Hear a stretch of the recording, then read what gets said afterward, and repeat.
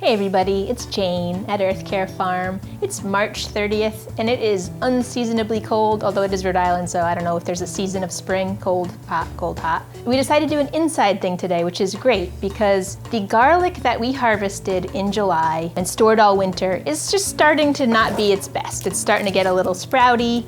The perfect time to really cook with it a lot. And one way that we end up using it a lot and then storing it is by making garlic powder.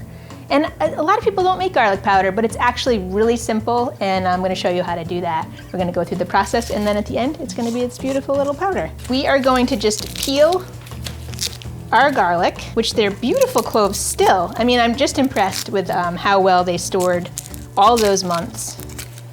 Still beautiful cloves. We're gonna slice them up thin, pretty thin so that they'll dehydrate quickly. I have a nice pile started here. Then we are just going to simply spread them on the dehydrator, the food dehydrator.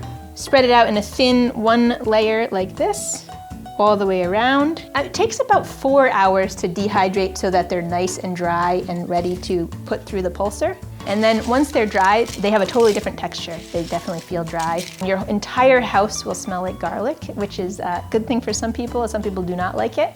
Then we pulse it through the coffee grinder. And now you want to have a coffee grinder that you're not going to use for coffee again. This is just going to be your garlic grinder because it is difficult to get the garlic smell out of the grinder. So super simple process, making our organic garlic powder. Makes you appreciate just garlic powder. It's amazing that it can be sold so reasonably at the store because there is a lot involved, even though it is simple. Great way to make this last. This is good for a year now, and you can just sprinkle it everything. Super easy and delicious, and I hope that we all enjoy good health. Thank you very much.